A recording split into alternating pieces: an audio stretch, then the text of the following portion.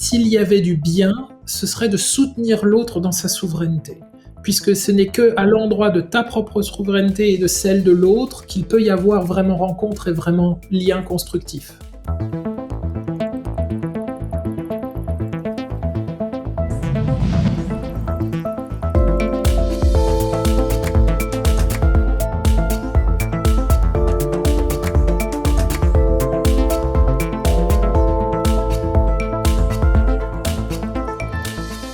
Elle est un petit peu plus axée sur toi, Stéphane, cette question, étant donné le livre que tu as écrit, qui s'appelle donc Récit thérapeutique d'un attachement traumatique, que je n'ai pas eu la chance de lire, donc j'en parle vraiment juste sur le thème en fait qu'il évoque, et pour t'avoir déjà beaucoup écouté dans tes prises de parole, je me dis, il y a une exploration de l'attachement traumatique. Est-ce que ça t'a aidé à comprendre ce que pourrait être la définition d'une relation saine pour toi?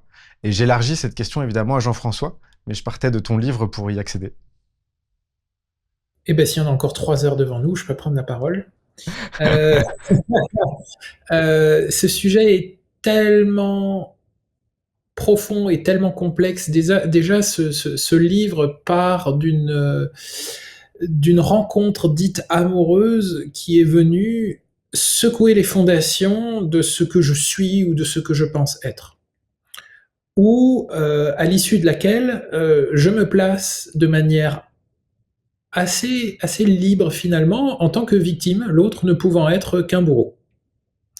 Et donc là, on est déjà dans une polarisation que je questionne et où je me rends compte, lapsus très intéressant, à travers les années, que cette polarisation où moi j'ai raison, l'autre a tort, moi je suis la victime, l'autre est le bourreau, cette diabolisation, ce que j'appelle aussi une narration oppressive à l'encontre de l'autre dans la relation, empêche quelque chose que j'aurais envie d'appeler ou que je pourrais appeler ou expérimenter comme la guérison ou comme une relation saine de moi à moi.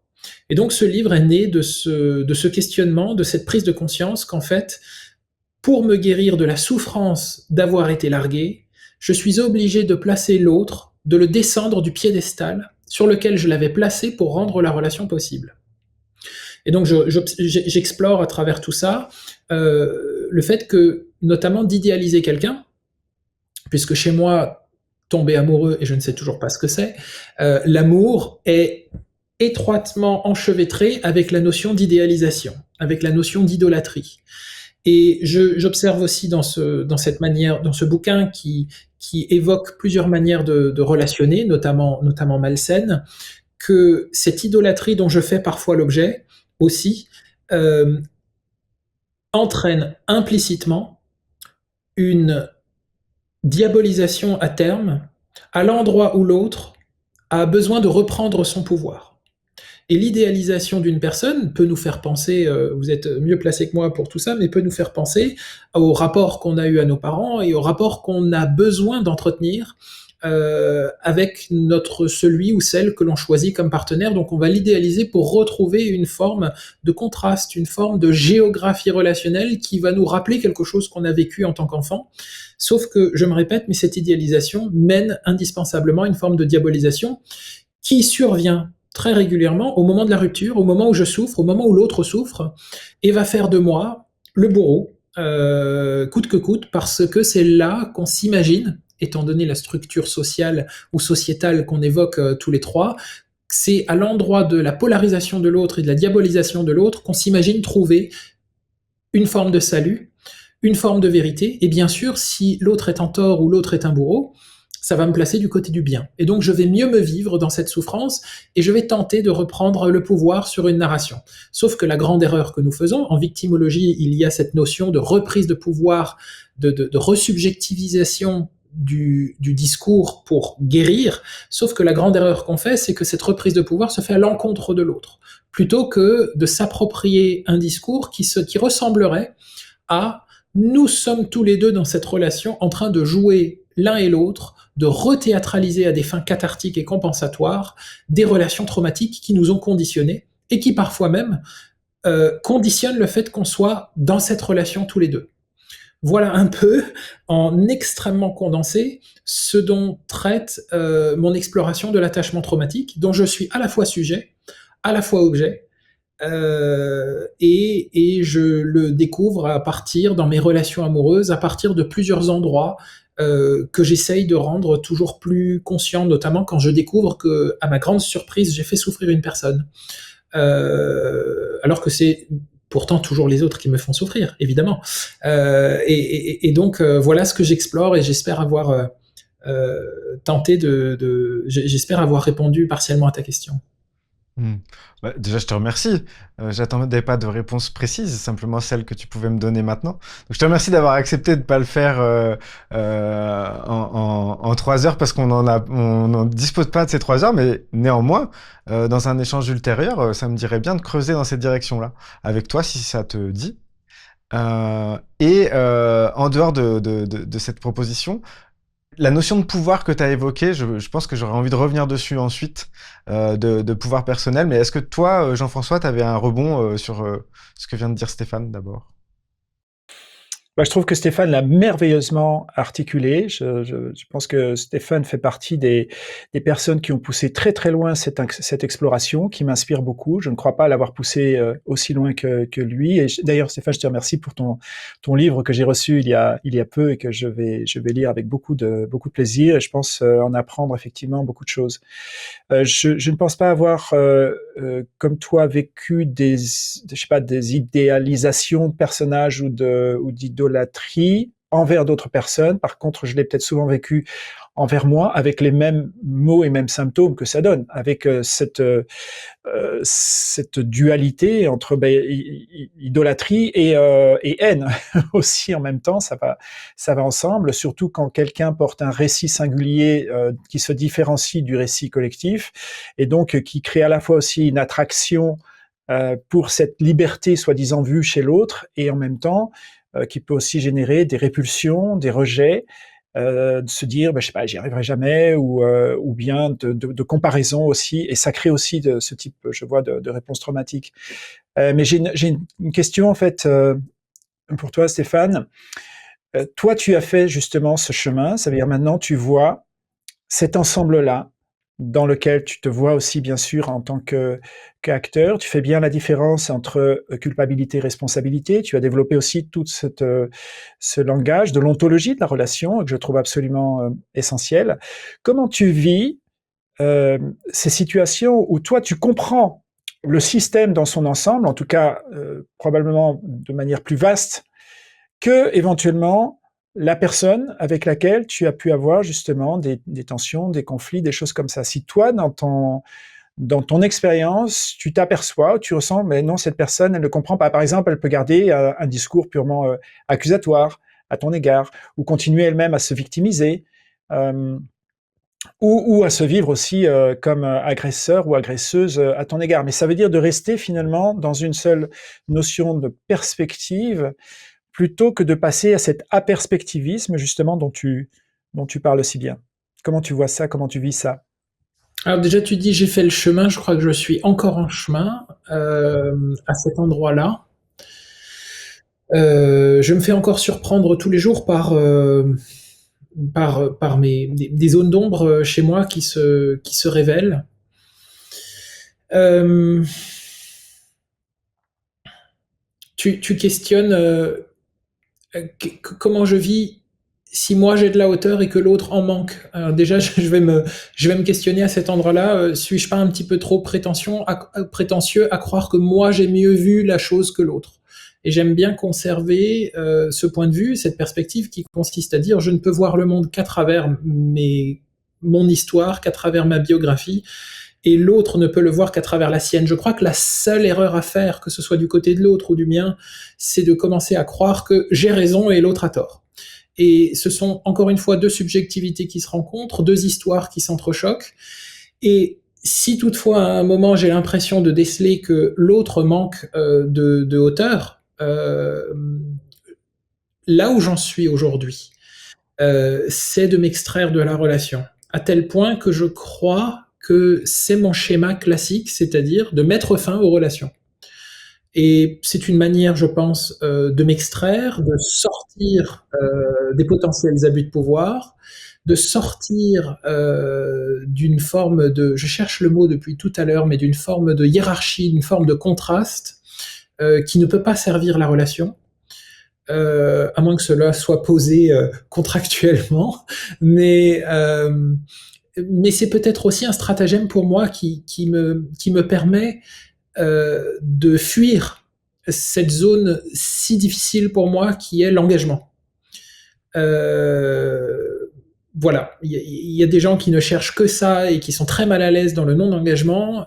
Moi, je suis très mal à l'aise à l'endroit de l'engagement, à l'endroit que mon système nerveux finalement va considérer comme une privation de liberté. Et donc le schéma dans lequel je rentre à cet endroit d'exploration, je me rends compte quand je regarde mes dernières relations, c'est toujours moi qui prononce la rupture par peur d'installer une asymétrie en fait, ou de faire perdurer une asymétrie qui s'est installée insidieusement, souvent dans le consentement. C'est-à-dire que l'asymétrie, elle peut se faire de manière inconsciente, mais parfois elle est tout à fait consciente, elle est tout à fait souhaitée, et on retrouve, si tu veux, cette géographie, cette manière de relationner qui consiste à avoir besoin de rentrer en relation avec une personne qu'on va placer au-dessus de nous, pour retrouver des sensations qui nous ont conditionnés ou traumatisés. Et pour moi, il est important de plus en plus de sortir de ces asymétries-là. Je ne sais pas si ça répond à ta question. Mais c'est là où j'en suis.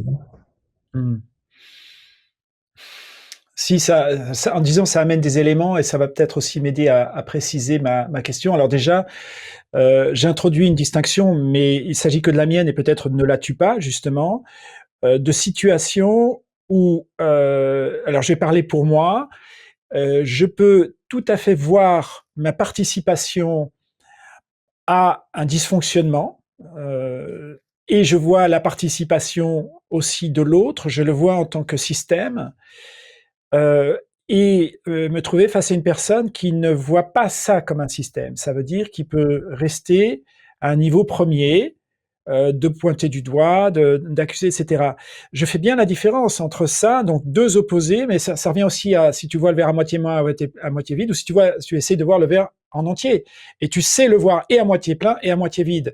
J'essaye autant que possible d'arriver avec ce type de perspective. Ça veut dire s'il y a un conflit, une tension relationnelle, d'essayer de comprendre ça justement dans cet ensemble-là, et donc d'inclure autant que possible, aussi loin que va mon regard, ma propre responsabilité, mon propre engagement, d'écouter comment aussi l'autre le voit, mais je n'ai pas forcément face à moi une personne qui s'engage dans cette façon aussi, ou qui n'a peut-être pas forcément aussi les capacités sur le moment, je ne parle pas simplement de capacités intellectuelles, mais simplement parce que la souffrance s'avère trop forte, trop aliénante, trop lourde, et qui fait aussi que cette personne ne peut pas ou n'a pas envie d'aller aussi dans ce type de regard-là.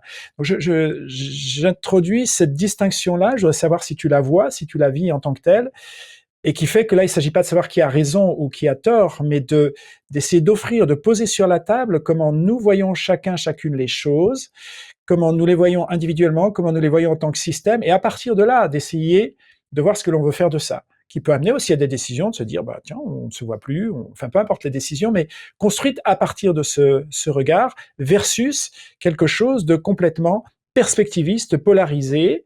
Voilà, comment tu vois les choses? Ben, en fait, Et après, ça m'intéressera de voir sur ces questions de désengagement de la relation. Mais déjà, première question là-dessus. Tu dis beaucoup de choses dans ta question qui me laissent projeter que tu traverses à certains endroits peut-être les mêmes expériences que moi, ou la même géographie, la même topographie que moi. J'ai beaucoup de mal à ajouter quelque chose parce que tu dis beaucoup de choses. En tout cas, pour prendre ce que j'ai essayé de développer dans mon livre, c'est de sortir de la narration oppressive à l'encontre de l'autre, de sortir de ce rôle qui peut être, peu importe le rôle en fait, hein, mais on se donne un rôle qui nous permet de nous sentir du côté du bien. Je crois que dans les insécurités que vienne révéler le cadre relationnel, surtout quand il est amoureux, on peut avoir un profond besoin de retour à la sécurité, et le retour à la sécurité, c'est « Ah ben non, moi je suis comme ça, donc l'autre est autrement ». Ce côté, cette quasi-addiction à se placer du côté du bien, à se placer du côté de celui qui a raison. Et dans mon livre, j'essaye d'appeler justement à cette dépolarisation. Et c'est exactement ce qu'on disait en début de vidéo à l'endroit sociétal, à l'endroit de la société, c'est de tenter de prendre de la hauteur et de dépolariser les rapports bien-mal. Et voilà ce que j'aurais envie de dire. En tout cas, mon livre est une tentative dans laquelle j'ai l'impression de me remettre en question et de vouloir couper l'herbe sous le pied de ce que moi j'appelle des logiques d'oppression qui sont portées par les médias, qui sont alimentées par les médias parce que ça fait vendre. Et pourquoi ça fait vendre?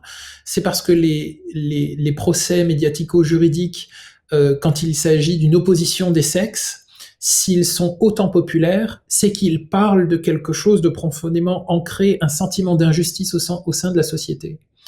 Et je crois que cette médiatisation de ce genre de thématique a encore tendance à nous fractionner encore plus et à nous séparer de l'endroit qui est celui du couple finalement, qui est l'occasion d'une rencontre entre un homme et une femme, pas que, mais entre deux polarités yin et yang pour être plus exact, et dont une des fonctions est de produire la chose la plus extraordinaire sur Terre, c'est-à-dire la vie. Et voilà comment je vois, comment je comprends cette dynamique et comment elle est instrumentalisée à des fins de fragmentation. Alors j'ai une autre question et je voudrais aussi bien sûr laisser la place à Mathieu après. Comment tu vis la distinction entre, on va dire, bien et mal, où effectivement on a tendance naturellement à aller dans ce type de polarisation, versus l'affirmation de soi, le moment où je dis voilà mes limites, voilà mes frontières, voilà mes choix de vie. On peut les aimer, ne pas les aimer, ils n'ont rien de bien ou de mal en tant que tel, mais voilà ce que j'attends dans une relation et ce que je vis comme ayant éventuellement fait l'objet d'un non-respect ou voire d'un viol aussi, ça peut dans le sens psychique ou physique du terme. Donc comment sépares-tu ces notions de bien et de mal et on va dire, de membranes psychiques et physiques que l'on veut porter, que l'on assume. Alors, soit on les porte malgré soi par des traumatismes et, ok, faut les comprendre et éventuellement les affirmer, les objectiver pour que l'autre comprenne. Il n'y a rien d'évident. Soit parce qu'on a fait des choix de vie en tant que tel et on les objective aussi comme tel. Voilà. Où se joue cette différence entre bien et mal et puis ce moment où on fait quand même le constat qu'il y a eu une zone pénétrée, violée, pas respectée par rapport à l'autre, et sans entrer justement dans un discours de victime. Comment tu vois les choses? Comment ça se construit dans ton expérience? Dans mon expérience, j'ai l'impression qu'il ne peut pas y avoir de consentement sans responsabilité. C'est-à-dire quand on donne son consentement, on est responsable de cela. Et je suis encore très prudent à cet endroit-là parce que ce sont des notions que j'explore déjà de mois à mois. Quand je donne mon consentement, est-ce que je suis éclairé? Est-ce que je suis responsable? En tout cas, ce que ça me raconte, c'est que si je ne suis pas considéré comme responsable, c'est-à-dire d'avoir donné mon consentement, alors je suis irresponsable. Et est-ce que ça fait de moi une personne irresponsable? Je pense que là, il y a un pivot conceptuel ou sémantique très très intéressant à explorer. Et puis, ta question me parle aussi de cette articulation fondamentale entre est-ce que je sacrifie le moi au profit du lien ou est-ce que je sacrifie le lien au profit du moi? Dans cette histoire d'amour, à l'origine de mon livre, j'ai sacrifié le moi au profit du lien. Et dans la quasi-totalité de mes histoires d'amour, j'ai sacrifié le lien au profit du moi. Et donc, entre ces deux extrêmes, j'essaye de naviguer, j'essaye de voir comment l'autre navigue. Et dans ma croyance toujours qui évolue, je crois que s'il y avait du bien, ce serait de permettre à l'autre ou de ne pas permettre à l'autre de sacrifier le moi au profit du lien quand nous ne sommes pas à ce même endroit. Mais c'est dur de le voir quand on a une personne en face de nous qui sacrifie le moi au profit du lien. Et donc là, je pense que c'est à cet endroit-là où nous sommes très souvent aveugles, c'est-à-dire dans quelle mesure est-ce que moi-même, je suis peut-être, que sais-je, c'est plus une supposition qu'une conviction, victime de ce que l'autre sacrifie. Hein. Et l'idéalisation porte en elle le germe d'un désastre annoncé. Hein. Si j'idéalise le lien plus que ma souveraineté, implicitement, j'injecte dans l'espace relationnel un déséquilibre. Je ne sais pas ce que ça t'évoque. Ah ben, totalement avec toi et totalement sur ces mêmes, questions actuellement avec quand même un mouvement que je peux voir dans mes propres évolutions de ces 2 derniers mois, de ne rien sacrifier du moi dans une relation en sachant qu'en conséquence de ça, une fois l'affirmation faite en moi, et ensuite objectivable vis-à-vis d'autrui, ça ouvre d'autres relations qui sauront respecter ce genre de choses. Alors, ça reste une dynamique, hein, encore une fois, parce que de toute façon, pour le savoir, il faut aller dans la zone grise, ensemble. On doit y coller les pieds là au fond du marécage, et puis on va faire un peu bouger la boue en marchant, et il y aura un moment de trouble, et il y a un moment, il faut savoir s'arrêter pour laisser retomber la chose. Donc on a aussi besoin, je crois que ça aussi, ça fait partie peut-être d'un fantasme qu'on peut avoir, de cette espèce d'harmonie ultime, alors que par définition, mon Dieu, qu'on va bouger des choses et qu'il y aura probablement encore de la casse. Alors pourquoi? J'en sais rien. Mais ceci dit, je vois quand même, avec l'évolution de ma propre expérience, malgré tout, de moins en moins de casse du fait de l'affirmation du moi, et de ne pas laisser effectivement l'aliénation de ce moi se faire dans la relation. Ça va bien sûr dans les 2 sens, tout à fait. Donc ça veut dire de construire la relation sur la reconnaissance et l'accueil plein et entier du moi, et pas simplement l'accueil, mais le soutien aussi du moi, de l'autre. Heu Oui, et ça en ouais, demande du boulot. c'est ce que j'allais dire en fait. S'il y avait du bien, ce serait de soutenir l'autre dans sa souveraineté, puisque ce n'est que à l'endroit de ta propre souveraineté et de celle de l'autre qu'il peut y avoir vraiment rencontre et vraiment lien constructif. Et j'avais envie d'ajouter, pour ceux que ça intéresse d'aller plus loin, les travaux de Muriel Salmona, qui parlent en fait de causalité circulaire dans ces relations-là, dans ces relations que moi j'ai appelées toxiques finalement, et de co-responsabilité. C'est-à-dire que, alors bien sûr, on ne parle pas de relations réellement abusives où il y a comment dire, une vraie violence physique où l'autre n'a absolument pas aucun pouvoir et aucun choix, principalement dans des cas où l'autre est irresponsable, c'est-à-dire privé de la capacité de répondre.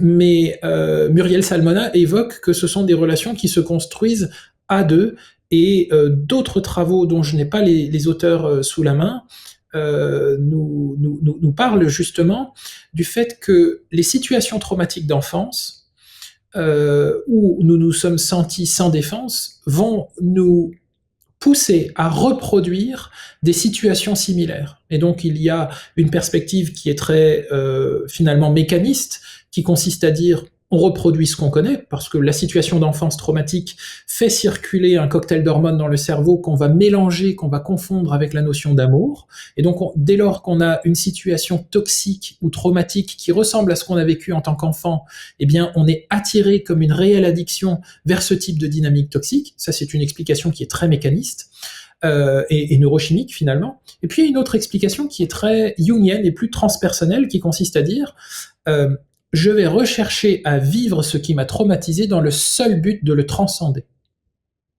de le guérir.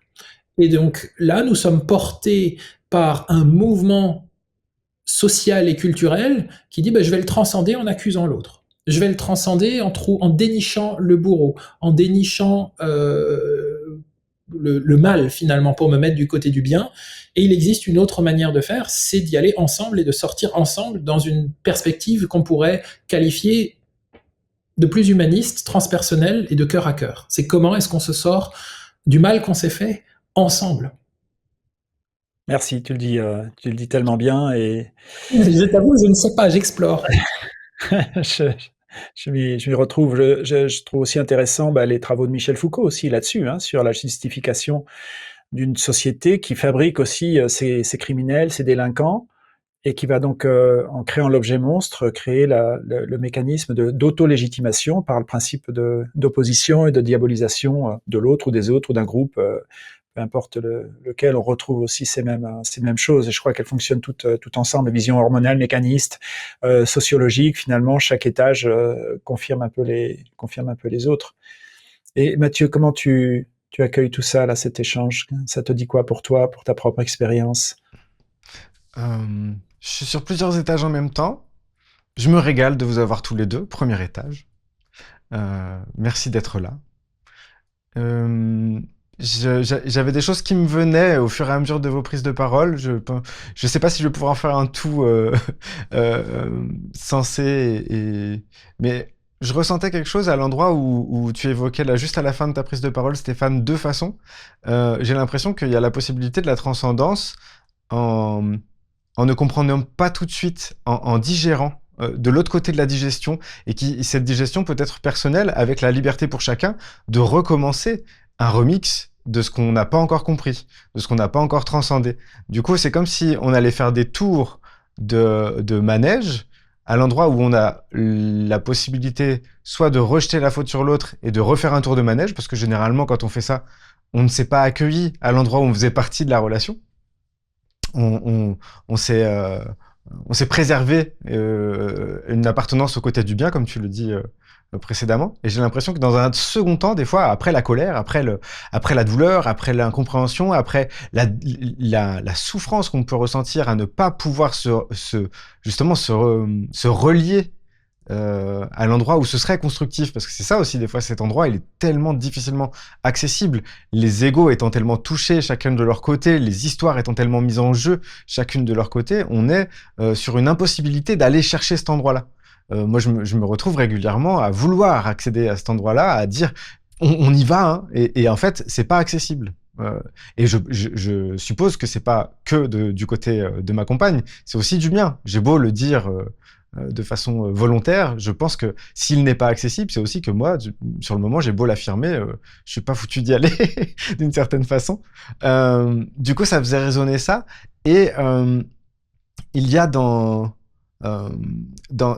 cette digestion des histoires passées, pour faire un résumé de la façon dont moi j'ai pu m'inscrire dans les nombreuses histoires amoureuses dans lesquelles je me suis cassé les dents, c'était en m'oubliant, c'est-à-dire en sacrifiant le moi pour avoir le lien, parce que le moi était insupportable, parce que je pouvais pas me regarder en peinture, et que donc du coup je gagnais quelque chose à m'oublier dans la relation, à savoir ne pas être en relation avec justement l'imposture que je sentais être, même si j'avais vraiment peur qu'elle revienne par la fenêtre, et d'ailleurs c'est ce qui se pointait toujours au bout d'un moment.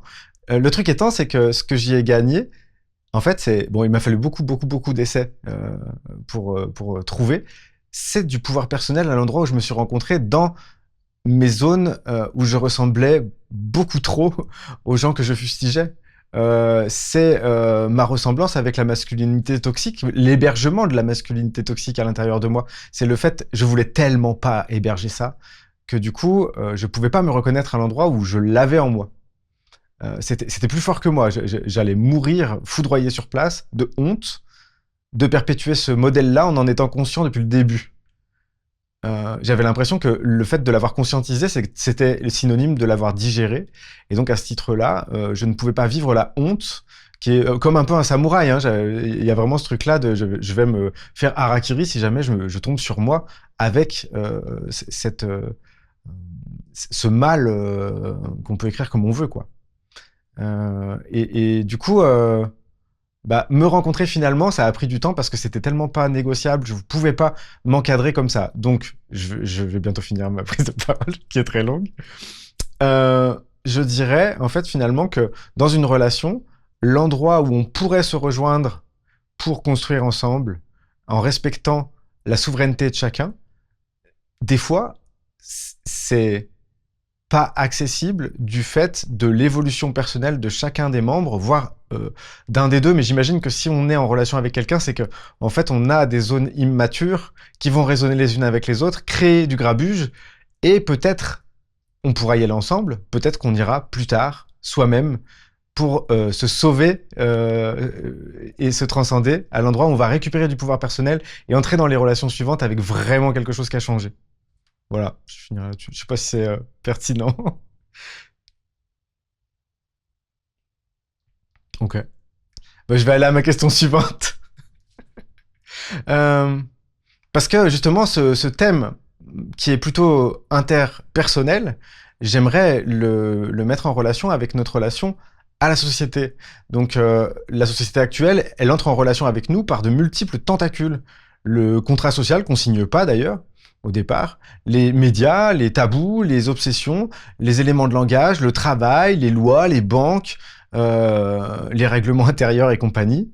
Et moi, je souhaite prendre soin de moi, et récemment, je souhaite prendre soin de ma famille au sein de cette société, même si c'est à côté, mais sans lui mener la guerre. Et donc, cette société tentaculaire, moi, je la ressens comme étant majoritairement malsaine. Et je me demandais, donc je reviens sur ma question, comment avoir une relation saine à l'aspect collectif mainstream de notre société actuelle? Est-ce que c'est en vivant à côté? Ou est-ce qu'on peut préserver qui l'on est au sein de cet ensemble qui me paraît vraiment dur à encaisser? Pour ma part,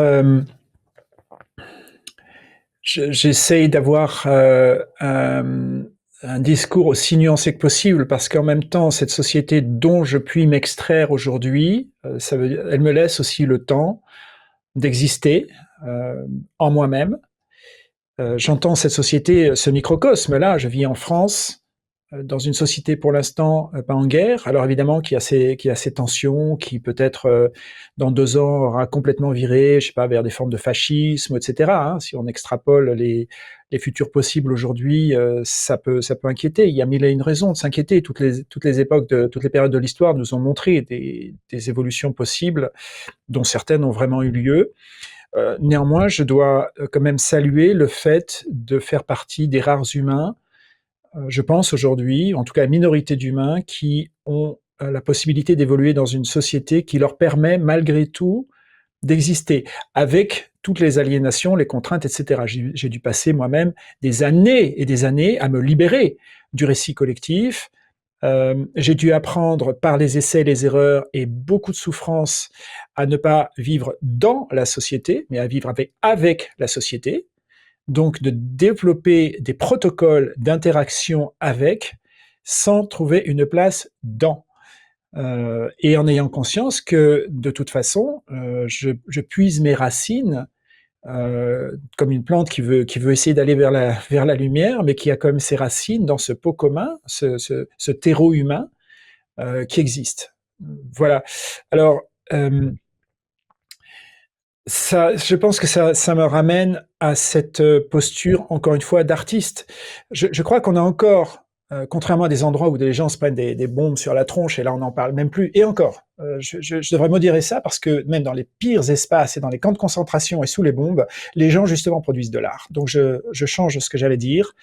La posture artistique consiste exactement ce que aucune oppression ne pourra interdire. Et ça constituera toujours quelque chose qui dépassera même tous les discours analytiques, par exemple de la théorie des jeux, qui nous montrent effectivement systémiquement comment on va dans la tête dans le mur. Tu vois, on peut prendre, je sais pas, simplement la notion d'économie. Tu veux monter une entreprise, tu veux réussir simplement à avoir un bilan financier positif, très bien. Fais des externalités négatives. Balance les externalités négatives sur les autres. Et là, tu vas gagner le game. Tu vois, on peut faire des tas de choses comme ça qui pointent effectivement les dysfonctionnements de la société, et en même temps, il y a quelque chose de tellement mystérieux du vivant, d'au-delà de ces cartographies dynamiques, et qui, encore une fois, se trouve dans l'art. Donc pour moi, cette posture-là, elle défie absolument tout, et j'en veux pour preuve que dans les pires conditions possibles, les humains restent des humains, euh, conservent leur humanité parce qu'ils continuent à produire de l'art. Et ça peut se dire par un simple poème, un petit graffiti sur le mur horrible d'une prison. par des petits rituels cachés entre personnes qui vont inventer un langage, des signes, etc., de toujours créer quelque chose en dehors de la matrice même la plus oppressive qui puisse exister. Alors, personnellement, j'ai la chance de ne pas me trouver dans cette matrice-là pour l'instant. Je l'ai connue, puisque j'ai connu la prison, et donc dans des conditions assez difficiles, on va dire, et de voir aussi que voilà, il y a eu cette posture-là que j'ai eue naturellement et que je voyais d'autres personnes effectivement avoir pour ne pas s'éteindre. Voilà un peu comment je sens ce lien, ça revient à là. Comment vous vivez ça chacun? J'aurais très peu à rajouter sans me répéter. Quand tu parles de dimension artistique, je n'arrive à voir que le vivant. Pour moi, c'est du vivant par rapport qui répond aux structures oppressives. Voilà, c'est comme ça que je le comprends, c'est comme ça que je le sens. Hmm. Ok. J'aimerais poursuivre en rebondissant justement sur ce que Stéphane, tu précisais tout à l'heure quant aux relations amoureuses. Et en fait, j'ai l'impression que ce positionnement de rester du côté du bien et de rejeter la figure du bourreau, c'est aussi une posture qu'on peut avoir au niveau sociétal, c'est-à-dire habiter dans la société, mais ne pas vouloir participer au jeu en rejetant le fonctionnement et ses effets délétères sur ceux qui gouvernent, sur ceux qui décident, sur ceux qui sont au poste de responsabilité, et donc décrier son état de victime tout en restant à l'intérieur et en allant périodiquement demander l'autorisation à travers le fait de manifester, finalement en reconnaissant l'autorité des personnes que l'on fustige, puisque les actions visent à aller demander à ces personnes-là que ça change. Donc du coup, il y a quelque chose d'assez bizarre là-dedans. Donc on peut extrapoler de façon un peu fractale et un peu grossière et caricaturale, mais je pense que ça peut être intéressant quand même d'y aller. On peut extrapoler ce qui est un comportement qui peut être dans la relation amoureuse comme étant en fait une possibilité de positionnement dans la vie en général et dans la vie en collectivité en particulier. Comment ça sonne pour vous ? Je ne sais pas si ma réponse est pertinente à cet endroit-là, parce que je suis pas complètement sûr d'avoir compris la question. En tout cas, je vais exprimer comment elle résonne en moi. Tu dis que ce rapport oppressif ou ce rapport de diabolisation, je le dis avec mes propres mots, hein, peut aussi s'exercer à l'endroit de la société. Moi, je vois la société comme la projection de figures parentales. Ouais. C'est pareil, la manière dont on voit Dieu, le divin, le transcendant, est aussi fortement influencée par la manière dont nous avons touché le transcendant à travers ces deux piliers ontologiques et universels qui sont nos parents, et qui jusqu'à l'âge de 2 ans ne sont pas nos parents, mais sont absolument tout l'univers. Tant que je me suis pas individué, je ne les considère pas comme des individus. Donc ce sont deux piliers constitutifs de mon rapport au réel. Et la société, dans sa dimension finalement très yang, dans le sens qu'elle structure, qu'elle normalise, qu'elle cadre, nous dirait beaucoup, le rapport à notre société nous dirait beaucoup du rapport au père, je crois. Okay. Et le rapport à la vie nous dit beaucoup du rapport à la mère, le rapport à la vie, au vivant, à nos émotions, qui est la polarité yin, nous dit beaucoup du rapport constitutif qu'on a eu avec la polarité yin du couple qui a formé nos parents. Et je crois que la société, comme la vie, comme le divin, comme l'autre, sont des endroits projectifs en puissance, et je ne suis pas sûr qu'il existe autre chose que des projections. Et je suis assez d'accord avec cette phrase un peu péremptoire qui dit « il n'y a pas de relation sans transfert, il n'y a pas de relation sans projection ». Ok. Merci. Jean-François. Oui, je te rejoins complètement, Stéphane. Et d'autant que quand on regarde aussi les institutions, enfin, on essaye de déconstruire aujourd'hui le patriarcat, etc., mais il se trouve engrammé aussi dans chacune des institutions. Il s'agit de regarder ce qu'on appelle la justice avec un grand J, qui n'emporte d'ailleurs que le nom et qui s'avère quand même une justice essentiellement punitive. Il n'y a rien dans les institutions aujourd'hui de justice restaurative, ou si peu, éventuellement scandé à la marge dans un petit slogan politique, mais absolument pas institutionnalisé en tant que tel. Il suffit aussi de regarder une assemblée ou un parlement, l'architecture même de l'espace physique de la prise de parole, etc., nous amène aussi dans un ring géant où il faut se battre pour acquérir une forme de pouvoir par la parole ou un pouvoir institutionnel, etc. Donc, et puis, lorsque les gens vivent un mécontentement, ils vont éventuellement en masse dans la rue pour revendiquer quelque chose. Donc là aussi, ça s'adresse à une figure paternelle, collective, invisible, et qui se retrouve en hologramme ou en miroir dans nos psychismes également. Ça demande tellement, tellement de chemin et d'efforts pour se libérer justement de ces mécanismes de relation à une autorité, y compris d'ailleurs dans Sri Aurobindo le pointait très bien quand il disait qu'on a beaucoup plus de facilité aussi à se voir comme une partie dans un grand tout que de voir le tout en nous aussi également. Il y a comme ça des renversements qui demandent un tel chemin et une telle déconstruction des discours collectifs.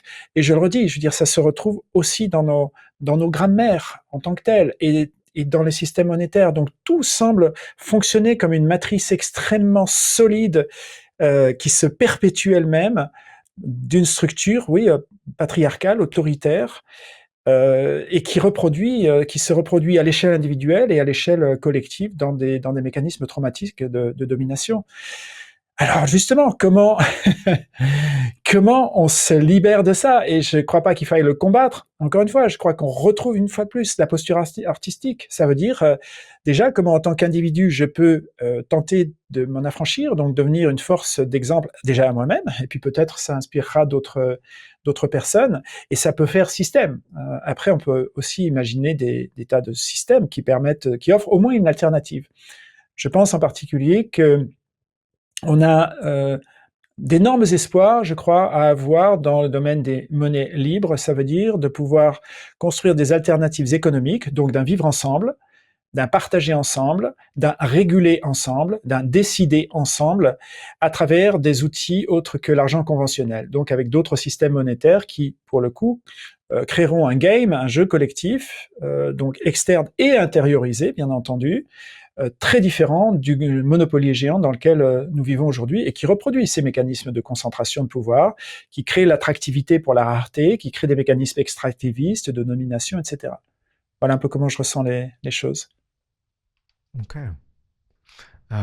J'aimerais préciser, puisque dans un premier temps, Stéphane m'a dit que ma question était peut-être un peu floue, mais je travaille avec du show, moi, donc forcément, je suis pas spécialement précis, ça tourne un peu autour du sujet que je veux aborder avant que la flèche soit décochée, des fois, il faut plusieurs coups. Le truc étant, c'est que, bon, du coup, ne pouvons pas parler d'autre chose que de ma façon de voir les choses ou de mon ressenti par rapport à ce que j'ai vécu.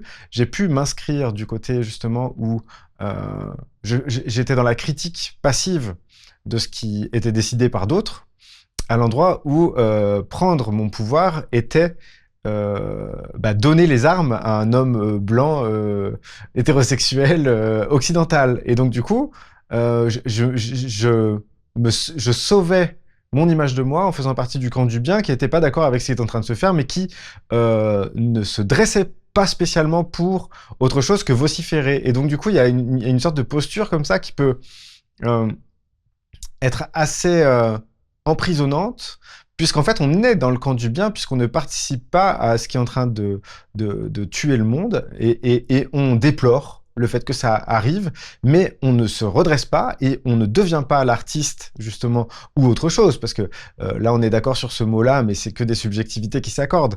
Il y a sans doute d'autres manières de se redresser et de prendre sa place dans le monde sans pour autant être en train d'abuser de ce pouvoir, en fait, simplement le prendre.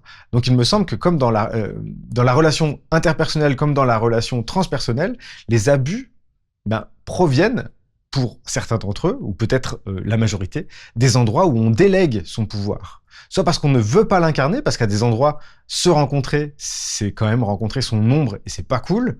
C'est des endroits où on n'est pas à l'aise avec le fait d'être soi, on a du mal à assumer. Soit parce qu'en plus, ce pouvoir-là, on ne veut pas l'incarner, ou alors on ignore en fait qu'il est à nous et qu'il nous incombe, parce que justement, dans la façon dont on nous traite, on nous infantilise beaucoup. Et donc, je rebondis sur ce que Stéphane disait auparavant. En fait, alors, j'ai tendance à simplifier les choses en disant retrouver son pouvoir, c'est avoir un papa et une maman intérieurs. C'est se refaire un couple parental intérieur. À partir de ce moment-là, justement, on va pas les chercher à l'extérieur et donc du coup, il y aura plus d'endroits vacants pour venir nous coloniser, nous détourner. Et donc c'est un peu simpliste, mais c'est la façon dont je peux l'exprimer le plus rapidement possible. Et comme l'État va se proposer d'être notre père de substitution ou la religion, ou etc., on n'est pas invité en fait à cette maturation, à cette maturité, à cet équilibre et à prendre ce pouvoir personnel. Donc tout ce que je viens de dire, et peut-être beaucoup de choses, comment ça résonne pour vous? Et est-ce que vous avez des clés pour ne pas déléguer son pouvoir, mais pour bien prendre son espace, sans déborder sur celui des autres? Waouh! Toi, tu appelles ça simpliste, moi j'appelle ça brillant, la manière dont tu articules ces choses-là, notamment à l'endroit où tu dis ne plus laisser d'endroit vacant pour que l'autre prenne la place du père ou de la mère. Donc j'ai très peu de choses à rajouter sur ce que tu as dit, mais davantage un questionnement, c'est et qui part de mon endroit d'expérience de vie, c'est comment on fait quand nous n'avons pas dans notre référentiel biographique de relation avec l'archétype du bon père et de la bonne mère. Dans quoi allons-nous puiser, si ce n'est dans l'espoir de pouvoir voir passer devant nous un phénomène qui dit ah ben ça peut être mon bon père ou ma bonne mère. Mais c'est là où tu évoques quelque chose de très intéressant. Tu dis tu dis en filigrane que si on n'a pas de père et de mère intérieur, on est finalement conditionné à le rechercher à l'extérieur. J'ai l'impression que je ne sais pas faire autrement. C'est juste que je me vois faire. Parce que je n'ai toujours pas trouvé ce qui constitue un bon père et une bonne mère intérieure, ayant tellement été éloigné de ces concepts en tant qu'enfant, je ne peux encore les projeter qu'à l'extérieur. D'où mes travers d'idéalisation ou de choses comme ça. Mais en tout cas, j'essaye tant que faire se peut d'être conscient, et c'est pour ça qu'aujourd'hui je considère la réalité interrelationnelle et intersubjective comme fondamentalement projective. Ok. Merci pour ta réponse vulnérable. C'est chouette. Il y a cet entre-deux, se voir faire et ne pas savoir comment faire passer dans le corps, quoi. Jean-François? Ouais, merci Stéphane, ça me donne une dimension justement d'une expérience que moi je n'ai pas. J'ai mes autres trucs bien sûr, mais je n'ai pas ça en tout cas, et cette expérience-là m'enrichit. Merci de la partager. Pour partager mon propre regard, donc différent, parce que pas nourri de cette expérience que tu as, Stéphane, je fais pour moi la différence entre pouvoir et puissance. Le pouvoir, il s'agit de quelque chose d'institutionnel, hein, qu'on peut conquérir, le pouvoir politique, le pouvoir financier, etc. Mais en fait, je constate que dans la réalité, je donne mon pouvoir à plein de gens, et tant mieux. Heureusement que je donne mon pouvoir au médecin qui va me consulter, ou bien au mécanicien ou la mécanicienne que je vais voir au garage, ou bien au pilote d'avion dans lequel je vais monter, ou bien aux gens qui font les chaînes logistiques qui me permettent d'aller m'acheter à manger au magasin bio du coin, etc. Donc, je passe mon temps à donner du pouvoir aux autres. Alors effectivement, reste à savoir quelle conscience il y a là-dedans, et à quel type de pouvoir j'autorise mon pouvoir. J'essaye de le faire autant que possible en conscience, avec bien sûr les limites de mon regard, les limites de mon objectivité. Mais ça, pour moi, ça représente un acte de puissance. Ça veut dire quand je peux faire ce choix conscient, à quel moment je délègue mon pouvoir à d'autres. Et il y a des pouvoirs auxquels avec lesquels je n'ai absolument aucun accord. Je n'ai pas envie de leur déléguer mon propre pouvoir. Je pense en particulier au pouvoir politique. Aujourd'hui, qui font que nous avons des institutions où une personne, par exemple le président de la République dans notre pays, mais d'autres gens aux pouvoirs institutionnels peuvent décider, ont des droits de vie et de mort sur moi, sur les gens que j'aime, sur le monde, etc. Je ne l'ai pas décidé, je n'ai pas participé à ces processus-là, je n'y ai pas ma voix, Le bulletin de vote ne sert strictement, à mon sens, à rien ou à pas grand-chose, puisque on élit des maîtres en mettant des bulletins de vote. Je pense que les mécanismes de représentation de pouvoir, donc de donner du pouvoir aux autres, se feront mieux lorsque nous aurons des tirages au sort. Ça veut dire donc représentatif de la société en temps réel, telle qu'elle existe. Et nous avons là aussi des tas de sujets politiques qu'on peut explorer, sur lesquels, bien sûr, je travaille depuis longtemps. Mais voilà, donc il y a plusieurs niveaux de pouvoir. Il y a les questions effectivement psychiques, donc du père et de la mère, et quelle représentation j'ai, à quel moment, comme tu disais Stéphane, je vais trouver à l'extérieur un bon père et une bonne mère, et je peux peut-être trouver justement quelque chose de sain avec mon garagiste que je vais voir, qui va très bien s'occuper de ma voiture, ou bien de la personnel médical si j'ai une maladie. Enfin voilà, tous ces moments, je n'ai pas d'expertise, je n'ai pas de connaissances, et d'autres vont m'apporter quelque chose avec une sécurité, un bien exister, un bien relationné. Et puis il y a des endroits où effectivement ça se joue, à mon sens, complètement dans des formes tout à fait pathologiques. Donc j'essaie de choisir et de faire cette distinction entre pouvoir et puissance.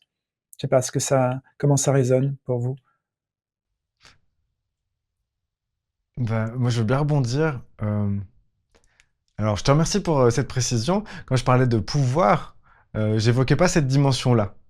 Euh, le, le- En fait, le pouvoir, ou si je devais résumer ce qu'est pour moi avoir un papa intérieur et une maman intérieure, ce que j'ai pas à tous les moments de ma vie, loin s'en faut, je peux l'éprouver à certains moments, et en fait, le ressentir dans son corps, dans les moments où c'est présent, c'est hyper... euh, c'est beau, parce qu'en fait, même si je suis dans un avion qui est conduit par quelqu'un d'autre, je peux conserver c'est cette souveraineté, mais qui est en deux pôles. On va dire, il y a le pôle yin de l'accueil, c'est-à-dire à l'endroit où je suis ma propre mère intérieure, je peux pleurer toutes les larmes de la vie à l'intérieur de moi et m'accueillir avec douceur, avec amour, ne pas me fustiger de ne pas être arrivé, ou de me sentir en échec, ou pas valable, ou pas assez, ou etc. Je peux m'accueillir à l'endroit où la vie en fait est rude, rugueuse, et où ça me plaît pas. Donc où ça crée des désagréments ou de l'émotion, je peux m'accueillir à cet endroit-là. Je suis presque autonome. Tout dépend des sujets. Justement, les sujets où je ne suis pas encore autonome, c'est que ma maman est pas encore compétente, ma maman intérieure, sur ces sujets-là. Et puis le papa intérieur, ça va être celui qui va décider du cap, de la direction et de la verticalité avec laquelle on va euh, au devant des situations. Donc, quelle compagnie aérienne je vais prendre pour que quelqu'un d'autre pilote l'avion? C'est moi qui vais décider et donc je vais prendre l'entière responsabilité du résultat. Et je vais pouvoir m'accueillir à l'endroit où il me plaira pas, où il va me cartonner au passage.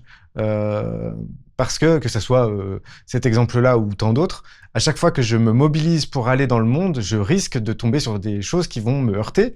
Et donc à ce moment-là, j'aurai besoin de ma maman intérieure. Et sitôt que cet accueil sera fait, j'aurai la tête sur les épaules. Je serai pas en train de tituber pour aller vers ma prochaine destination, pour me soigner de mon coup précédent. Je pourrais à nouveau relever la tête et regarder dans la direction qui m'inspire, et voir où il y a de la joie, et puis poser mon pas précédent en rejoignant l'artiste que j'ai envie d'être tout de suite, pratiquement immédiatement.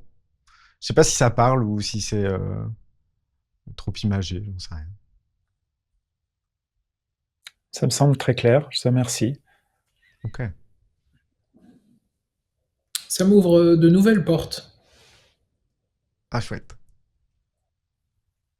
Tu veux Bah, les partager, Stéphane? Ouais. Ces portes? Mais oui, c'est dans la droite ligne de ce que j'exprimais auparavant, c'est-à-dire que Mathieu, de par ta posture de psychothérapeute, tu es familier avec des concepts maternants et paternants avec lesquels je deal un petit peu comme un artisan, tu vois. C'est-à-dire qu'il y a des grandes lignes directrices dans ton discours qui me sont un petit peu nouvelles parce que j'ai l'impression, moi, de m'être construit avec des bouts de ficelle. ok.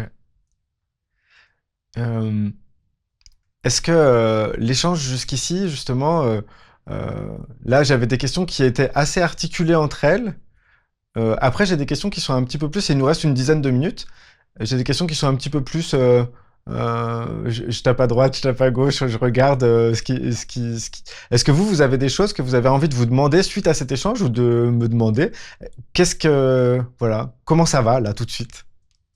Moi, j'ai beaucoup de gratitude sur cet échange-là parce que vous me donnez la possibilité de rentrer beaucoup plus profondément dans des sujets peu compris par la plupart des gens, selon moi, à prendre de la hauteur et cette intelligence collective à trois donne des opportunités de pertinence qui sont rares et j'apprends à votre contact, donc je suis voilà, très content.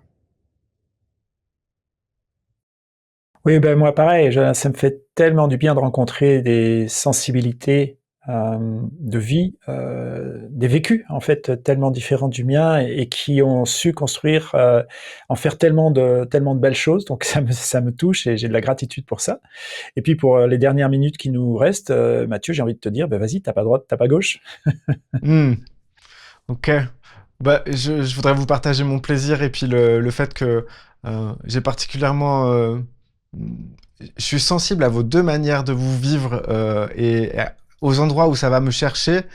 euh, je trouve ça délicieusement déstabilisant et donc je vous en remercie. Voilà. Je voulais poser la question justement un peu qui n'est pas si décorrélée du reste de l'échange, mais qui est beaucoup trop large pour être posée à ce moment-là de l'échange, donc c'est pour ça que c'est intéressant. C'est quoi pour toi la spiritualité?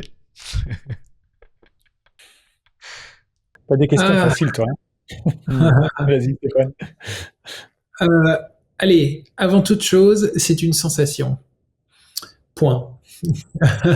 Moi, si je devais un petit peu apporter du verbe autour de ça, et de la mentalisation, ce qui semble un petit peu incompatible autour de ça, je préfère de plus en plus au mot spiritualité, je préfère de plus en plus le mot transcendance. Parce que je l'ai employé à tort et à travers pour des sujets qui étaient finalement très intellectuels, qui étaient très bypassing, et finalement, j'emploie de plus en plus le mot de transcendant parce que là, on est sur une forme de géographie plus appréhendable pour celui qui écoute le mot spiritualité. Hein. C'est-à-dire que le mot spiritualité, rien que le fait de le nommer, c'est qu'on s'adresse à une part de nous qui n'est pas déjà spirituelle, elle est langagière, elle est identifiée, elle est locale. Donc on est déjà dans la mentalisation de quelque chose. Et donc, pour coller plus à ce besoin-là de topographier et de géographier finalement ce que c'est par rapport à ce que ça n'est pas, je préfère utiliser le mot de transcendance, c'est-à-dire la spiritualité. Ça va être la sensation que je vais éprouver lorsque je contacte quelque chose qui me dépasse. Et ce qui me dépasse, c'est du transcendant. Pour certains, c'est Dieu. Pour d'autres, c'est un match de foot. Pour d'autres, c'est avoir des enfants. Pour d'autres, c'est être au contact du deuil, de faire de l'accompagnement des mourants. Et le transcendant a une forme de déclinaison infinie. Et rentrer là-dedans, dans cette déclinaison et dans cette tolérance que chacun a son propre transcendant, nous permet de nous tenir à l'écart de ce que pourrait être l'écueil du dogme à l'endroit de la spiritualité. Donc je rapproche le mot spiritualité du sacré aussi. Hein. C'est plus une sensation qu'autre chose, mais on est constamment, comme je suis en train de le faire, à tenter de vouloir enfermer ça dans les limites du mental, dans les limites du langage, pour pouvoir se placer du côté de celui qui est spirituel, évidemment. Merci. Oui, bah, je me retrouve complètement dans les mots de Stéphane, dit avec mes mots à moi pour juste, oui, compléter, voilà. Pour moi, il s'agit d'une posture, en fait, pas d'un thème, une thématique. J'aime bien comment on peut parler parfois de la spiritualité, comme on en fait, comme on ferait du foot ou du hockey sur gazon. Voilà, tu as une vie spirituelle. Non, il s'agit d'une posture, ça veut dire d'une dynamique, de toujours aller chercher au-delà du soi. Chaque fois que je fais rentrer du non-soi ou du non-moi en moi, ça veut dire que j'ai ouvert un peu plus mon être, ce qui me constitue en tant qu'être. Donc un peu plus du monde, un peu plus du ça, un peu plus de l'autre, ou un peu plus du je, donc du je, du tu, du ça, du beau, du bon, du vrai également. Voilà, je peux le dire aussi comme ça. Donc il s'agit d'une posture dynamique, pas d'une activité, mais d'une dynamique de l'être.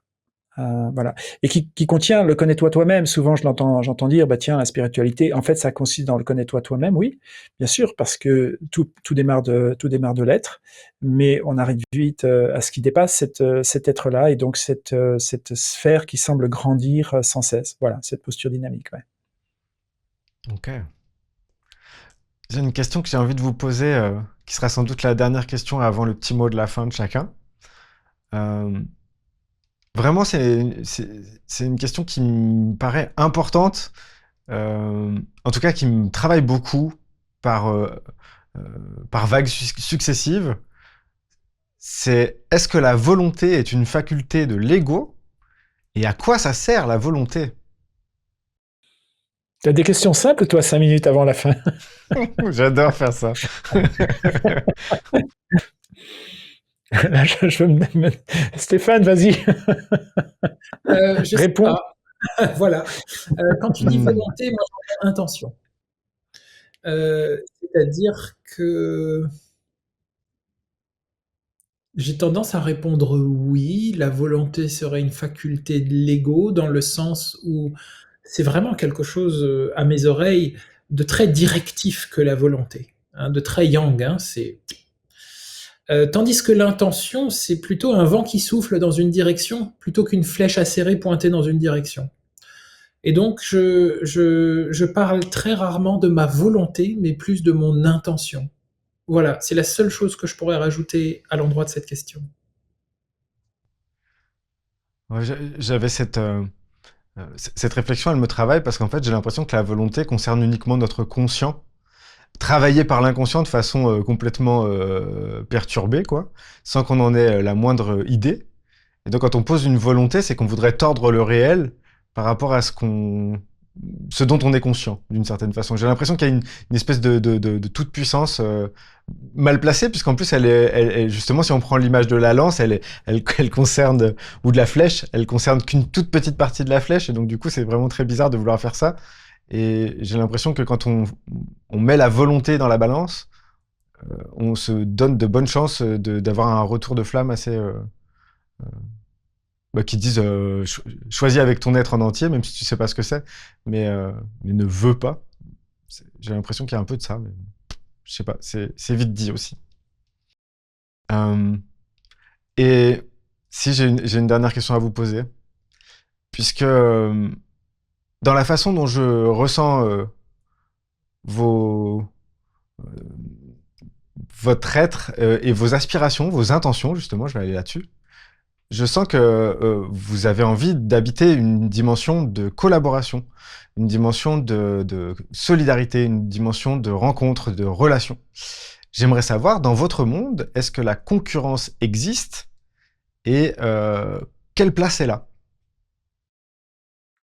Ouais, pour ma part, je peux dire que j'ai créé une réalité, un style de vie dans lequel je ne vois pas de concurrence. Je ne vis pas de concurrence. La comparaison avec les autres ne m'intéresse pas.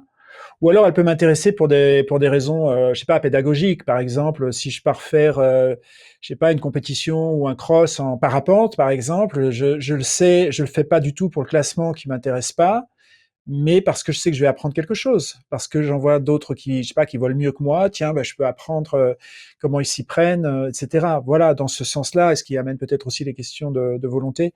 Mais non, là, je ne vis pas de réalité de concurrence. Ensuite, sur la question de la collaboration, j'ai appris à faire très, très attention. Je pense aussi que parfois on peut aussi un petit peu, tu sais, surinvestir, où il y a une sorte de romantisme, parfois un petit peu new age aussi, ou récent, sur le fait de surinvestir la collaboration.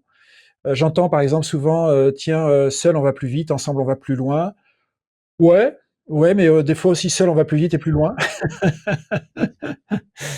Donc, je ne fais que répondre personnellement. J'ai pas de vue générale ou philosophique sur le sujet, mais personnellement, je fais très attention avec qui je collabore. Ce qui rejoint ce qu'on disait avant sur la relation, justement. Ça veut dire sur comment cette personne va comprendre aussi mes limites que j'ai posées ou mes limites naturelles et comment je vais comprendre aussi celles de l'autre ou des autres. Voilà, il faut pour moi, beaucoup de conditions pour collaborer. Bon, et puis après, il y a aussi les trucs, on va dire, du bon neuroatypique de famille qui a assez naturellement du mal dans les groupes et dans les récits collectifs qui émergent. Ça veut dire donc je fais aussi très attention à ça pour me préserver, tout simplement. Mais là, ça relève que d'une chose personnelle. Donc je fais quand même plutôt partie des loups solitaires qui aiment bien aller explorer des nouvelles contrées, qui aiment bien revenir dans la société pour les partager. Donc voilà, ce rôle archétypal d'explorateur, je me sens bien là-dedans, et ça demande beaucoup plus de temps seul que de temps de collaboration. J'entends bien quand on parle de la collaboration explicite, parce que ceci dit, je n'existe que par les autres. Ça, faut rester bien clair là-dessus.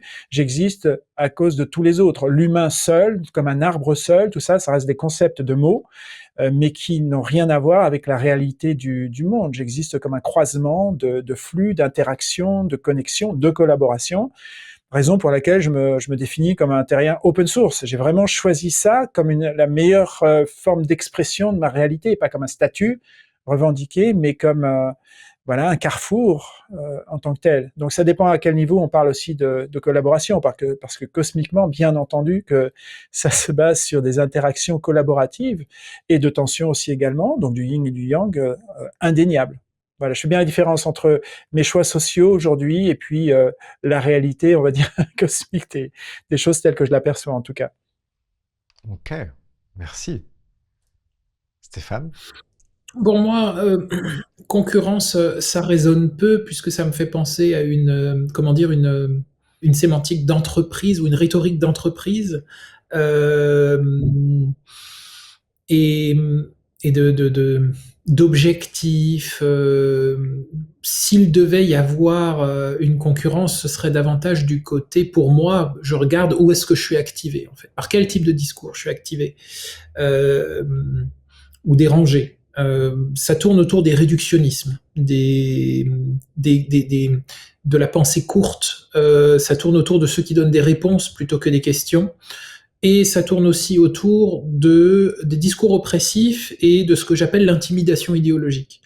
Donc c'est encore par ce genre de choses que je suis activé, et en même temps, un ami me fait prendre conscience que parce que ce genre de choses existe, l'opposé que j'essaye d'incarner, c'est-à-dire à l'encontre des réductionnismes ou des oppressions, des intimidations idéologiques, ça me permet justement d'exprimer ça. Donc ça participe finalement, s'il devait y avoir une concurrence, elle participe d'une dynamique finalement qui est très organique, qui est très cyclique, qui est très pendulaire, qui est très taoïste. Donc j'aurais toujours du mal à le voir comme une concurrence, mais plutôt comme une occasion de me réaffirmer moi, ce qui est toujours très dur. Et on revient à la notion de père intérieur et de mère intérieure. Et puis en ce qui concerne la collaboration, là pour le coup c'est un grand oui, c'est-à-dire je suis convaincu que s'il y a un salut, s'il y a une porte de sortie dans ce que j'ai du mal à considérer autrement que comme un effondrement civilisationnel, elle passe par l'entraide, par le lien, par la collaboration, plutôt que par l'oppression, l'élimination, la censure et l'accusation et les diabolisations. Je vais vous demander, chacun, votre tour, si vous voulez bien, d'adresser un message du cœur à celui ou celle qui regarde cette vidéo pour la conclure. Si c'est OK pour vous. Je vis avec la croyance qu'on peut se rejoindre dans les désaccords, en prenant conscience qu'on voit chacun la réalité et la vérité depuis un point de vue qui est ontologiquement déformés par nos biographies, nos blessures, nos traumatismes, et que la seule manière d'en sortir par le haut, c'est de se rencontrer à l'endroit du cœur, à l'endroit de ce qui dépasse les intérêts personnels, à l'endroit de ce qui dépasse la fragmentation et la division à laquelle nous sommes soumis socialement. Voilà, ce que j'aurais envie de dire, c'est qu'il existe une manière de sortir par le haut et qui est à cet endroit-là. Merci. Oui, pour ma part, une invitation à sortir de tous les récits justement collectifs qu'on nous martèle, d'oser son récit singulier, voilà, ouais, d'oser tout simplement. Alors ça pose la question très mystérieuse du courage. Pourquoi telle ou telle personne va avoir le courage de s'affranchir, le courage de dire non à quelque chose et de dire oui à autre chose, etc. Il y a les mystères de l'âme et ça reste tellement difficile d'évaluer ou surtout de juger ça. Mais ouais, il y a cette invitation à oser tout simplement. Oser l'être. Merci beaucoup à tous les deux pour cet échange coloré, spontané, qui est parti un peu dans différentes directions et interactif. Merci beaucoup, beaucoup. Merci Mathieu, merci Jean-François. Merci à vous deux également pour la qualité de vos êtres et forcément des échanges qu'on a eus. Merci beaucoup. Les liens pour accéder à vos sites et à vos travaux respectifs sont disponibles sous cette vidéo. J'aimerais également remercier Gaëtan pour son aide précieuse et son soutien indéfectible. Et enfin, merci à toi d'avoir regardé cette vidéo. N'hésite pas à réagir dans les commentaires, à t'abonner bien entendu et surtout n'oublie pas, la curiosité est un joli défaut. Salut!